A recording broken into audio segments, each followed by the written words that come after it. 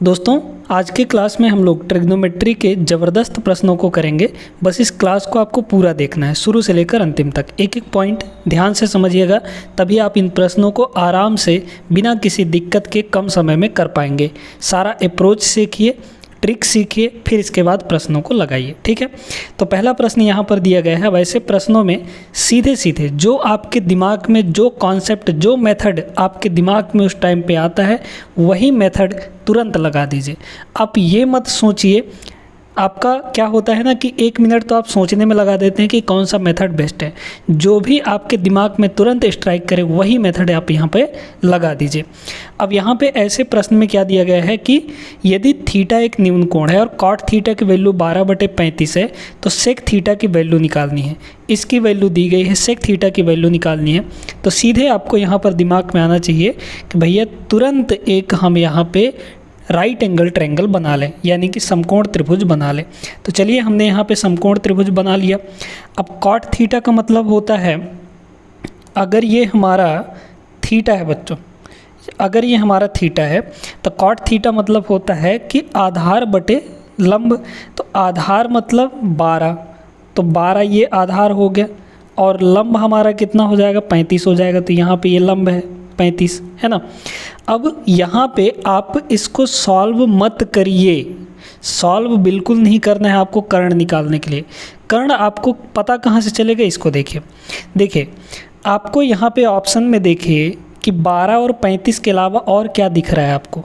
तो और आप देखेंगे तो यहाँ पे 37 दिख रहा है। इसका मतलब पक्का है कि ये जो आपका कर्ण है यानी कि हाइपोटेनस है, वो आपका कितना होगा, 37 हो जाएगा।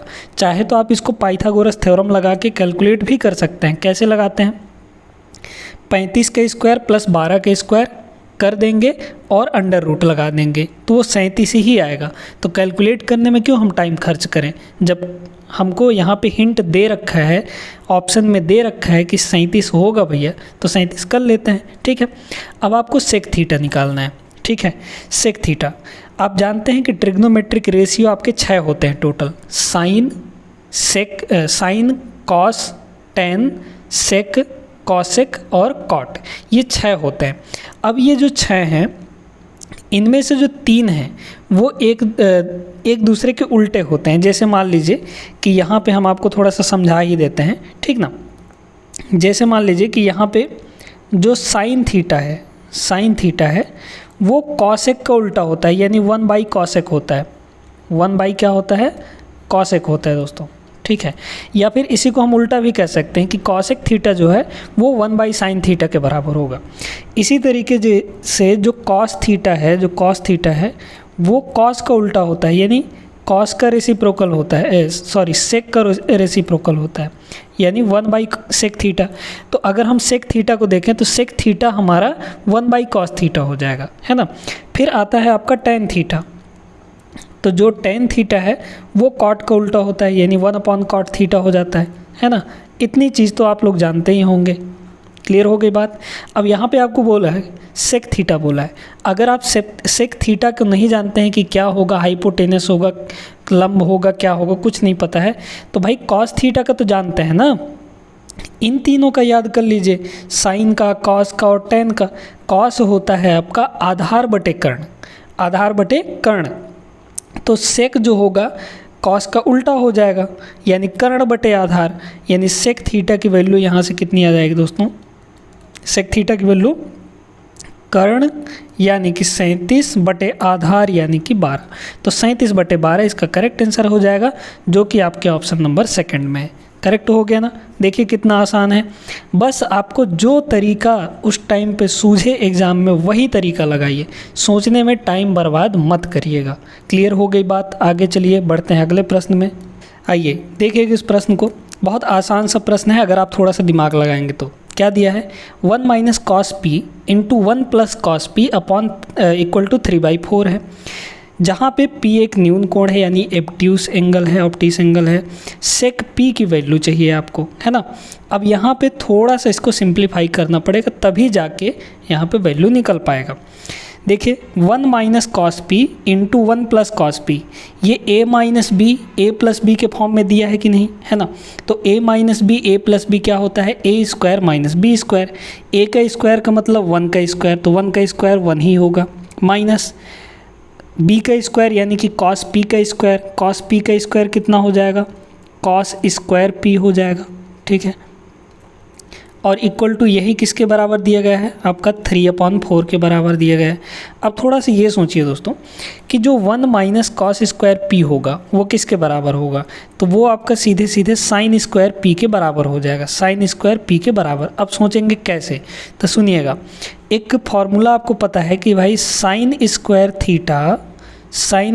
Theta plus cos square theta, ये एक आइडेंटिटी है ना।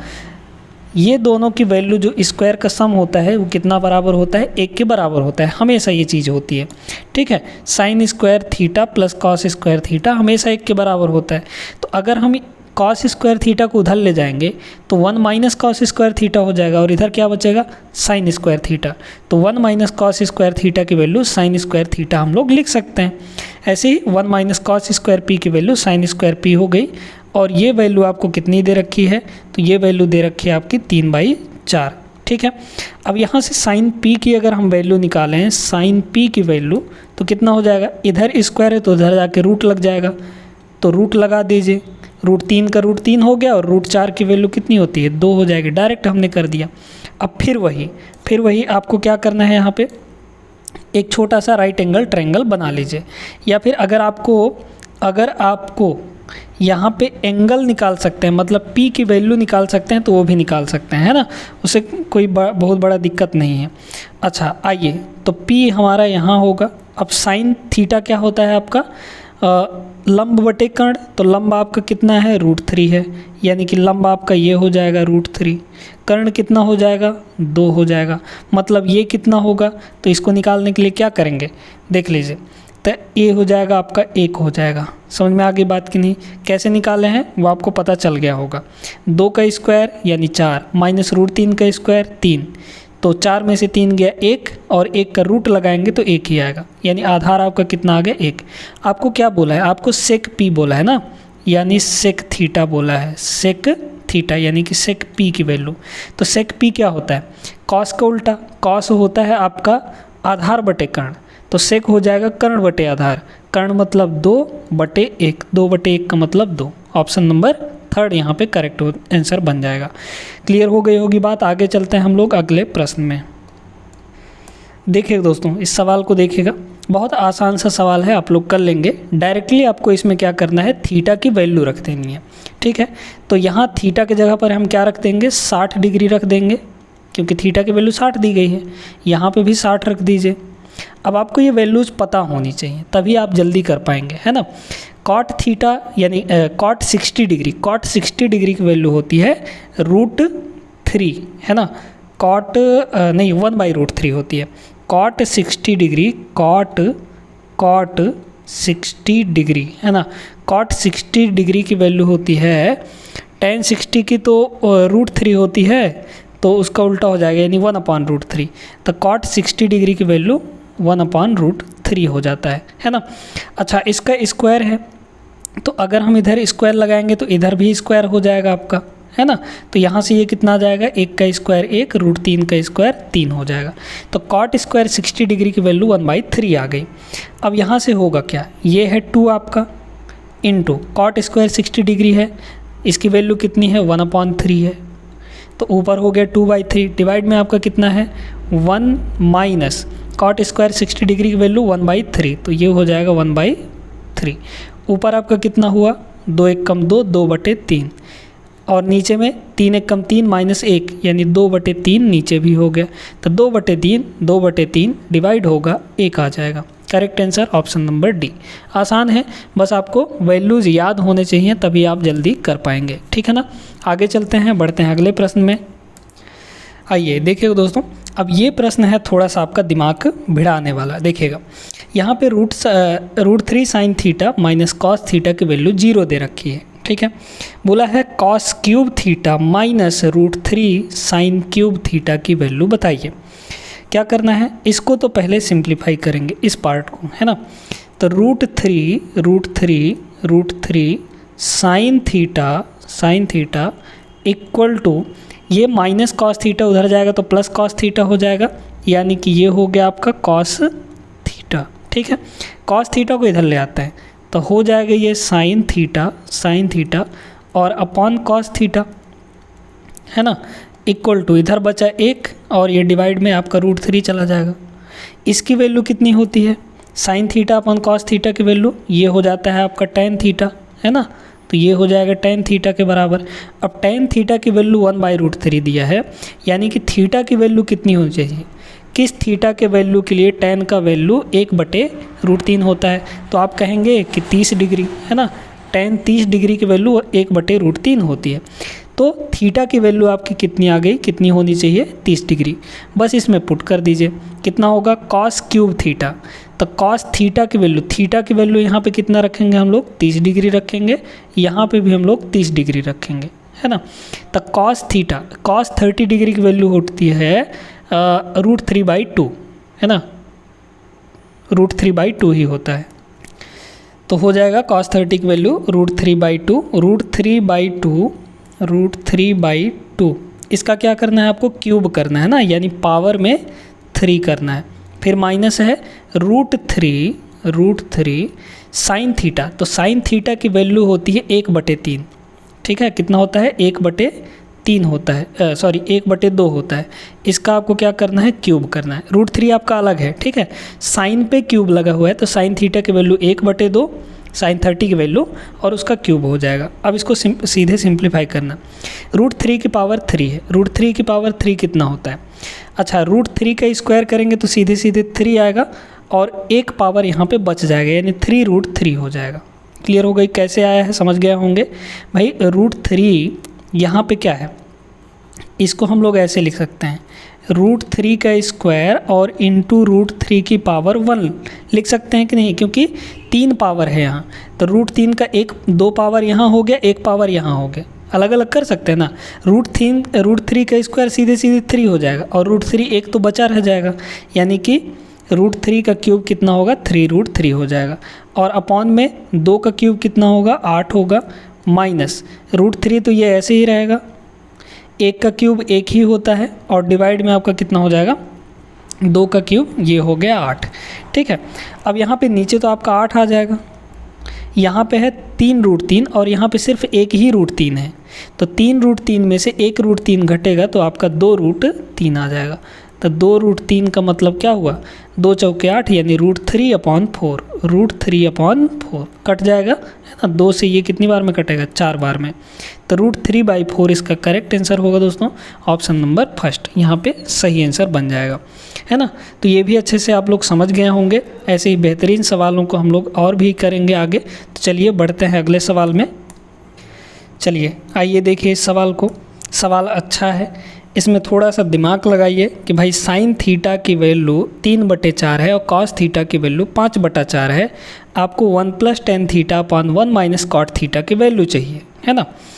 तो हमको साइन थीटा और कॉस थीटा की वैल्यू पता है, तो tan थीटा की वैल्यू नहीं निकाल सकते क्या। tan थीटा क्या होता है, tan थीटा होता है sin/cos। साइन की वैल्यू कितनी है, 3/4 और डिवाइड, ये तो साइन हो गया, sin/cos करना है, cos की वैल्यू कितनी है, 5/4, है ना। तो ये कितना हो जाएगा, होगा 3/4 और ये ऊपर जाएगा तो पलट जाएगा, यानी कि 4/5 हो जाएगा।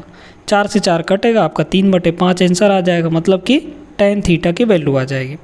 तो tan थीटा आपका कितना आ चुका है दोस्तों, tan थीटा आ चुका है आपका 3/5।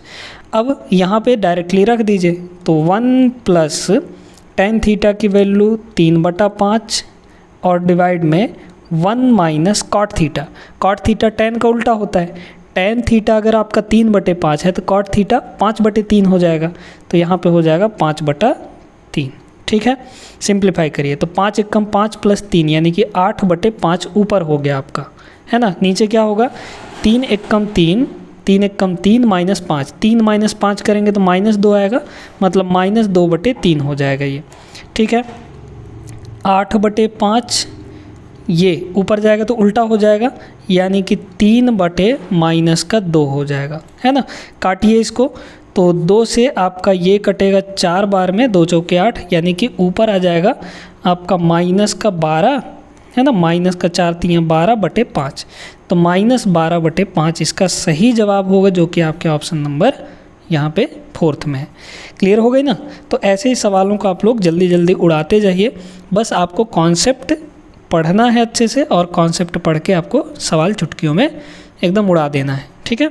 आगे चलिए, बढ़ते हैं अगले सवाल पे। देखिए दोस्तों, ये सवाल इतना आसान है ना कि क्या ही कह दे, एक लाइन में आंसर आ जाएगा इसका, लेकिन उससे पहले आपको कॉन्सेप्ट समझना पड़ेगा, ठीक है, जो कि ध्यान से सुनते रहिएगा बस आप, ठीक ना। यहाँ पे क्या दिया गया है कि 5 sin 14 डिग्री और आपका sec 76 डिग्री प्लस 3 cot यहाँ पे 15 डिग्री इंटू cot 75 डिग्री, है ना। फिर यहाँ पे ये दिया गया है 2 tan 45 डिग्री। अब tan 45 डिग्री इसकी वैल्यू तो हमको पता है, tan 45 की वैल्यू हमको पता है 1 होता है, तो 2 1 2, ये तो टर्म 1 हो जाएगा, लेकिन इनका हम क्या करें, इनकी वैल्यू तो पता नहीं है ना। तो यहाँ पे आता है आपका कॉम्प्लीमेंट्री एंगल का कॉन्सेप्ट, पूरक कोण का कॉन्सेप्ट। पहले पूरक कोण समझ लीजिए क्या होता है। 2 ऐसे कोण जिनका जो सम है वो कितना होना चाहिए, अगर 2 कोणों का योग 90 डिग्री है तो दोनों कोण आपस में पूरक कोण कहलाते हैं, है ना। जैसे मान लीजिए कि आपके पास एक एंगल है 30 डिग्री है, तो इसका पूरक कोण क्या बनेगा, इसका पूरक कोण बनेगा 60 डिग्री, क्योंकि ये दोनों मिलाकर आपके 90 होने चाहिए, ठीक है, 90 होने चाहिए। तो मान लीजिए कि कल के दिन अगर आपको बोल दे कि भाई निकालिए कि 42 डिग्री का पूरक कोण क्या होगा, 42 का पूरक।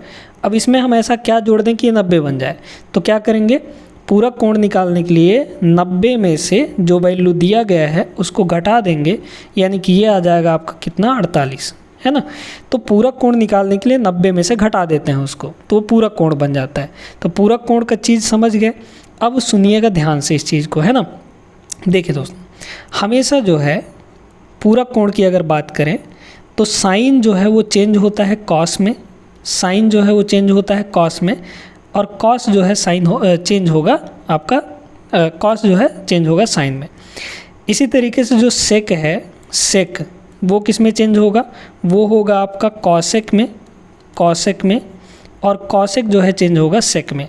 इन तीनों को याद कर लीजिएगा, अभी बताएंगे कैसे इसको अप्लाई करना है, ठीक है। देखिए, और आपका टैन जो है चेंज होता है किस में, कॉट में, एक ही बचा हुआ है, टैन जो है कॉट में चेंज होगा और कॉट आपका टैन में चेंज हो जाएगा। ये तब चेंज होगा जब हम एंगल को पूरक कोण में चेंज करेंगे, है ना। तो साइन का पूरक कॉस होता है, कॉस का पूरक साइन, सेक का पूरक कॉसेक, कॉसेक का पूरक सेक, और टैन का कॉट, कॉट का टैन, इस तरीके से।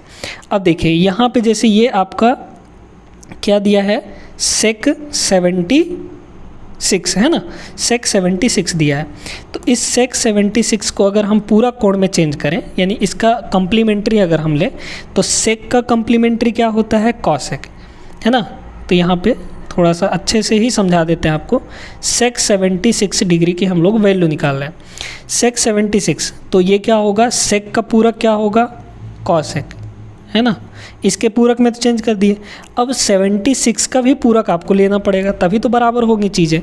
तो 76 का पूरक क्या होगा, 90 - 76, 90 - 76 करेंगे तो कितना आएगा, 14 डिग्री आ जाएगा। यानी कि सेक 76 की वैल्यू कॉसेक 14 डिग्री होती है ना।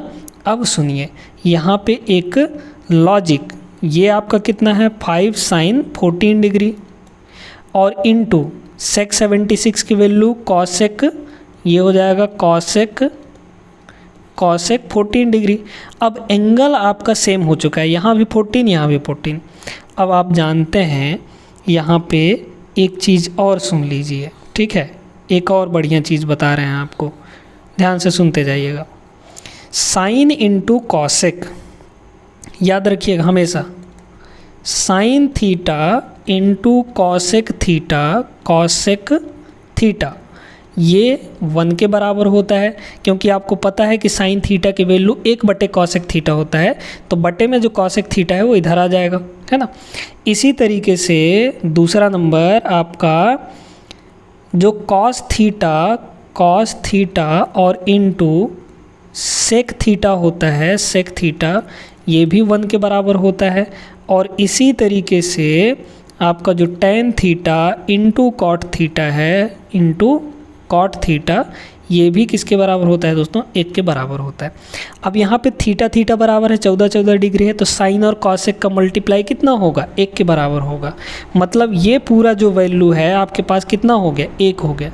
तब 5 एक कम कितना हो जाएगा? 5 होगा। तो यहाँ पे आ गया आपका 5 प्लस लगा है ना, यहाँ पे ये प्लस लगा है।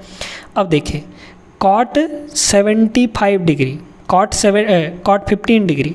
अच्छा, इस कॉट 75 को बदलेंगे तो क्या होगा? ये होगा आपका कॉट किस में बदलता है? पूरक लेंगे तो tan में बदलेगा। और 75 का पूरक क्या होगा? 15 डिग्री होगा, क्योंकि 15 और 75 मिलाकर 90 होता है। तो कॉट 15 tan 15 कितना होगा? 1 हो जाएगा, मल्टीप्लाई होना है ना। यहाँ पे भी आपको बताए हैं ये वाला देखिए, tan थीटा कॉट थीटा मिलाकर 1 होता है। तो यहाँ पे अब चूंकि आपकी एंगल इक्वल हो चुकी है, देखिए 15 डिग्री यहाँ पे भी, 15 डिग्री यहाँ पे भी, तो tan और cot का मल्टीप्लाई 1 के बराबर होगा, यानी 3 एक कम 3 हो जाएगा ये। प्लस इसकी वैल्यू तो हम निकाल ही चुके हैं, 2 × 1 है ना, 2 × tan 45 की वैल्यू 1। तो ये सीधे सीधे कितना हो गया? 5 3 8 और 2 एक कम 2, 5 3 8 2 10।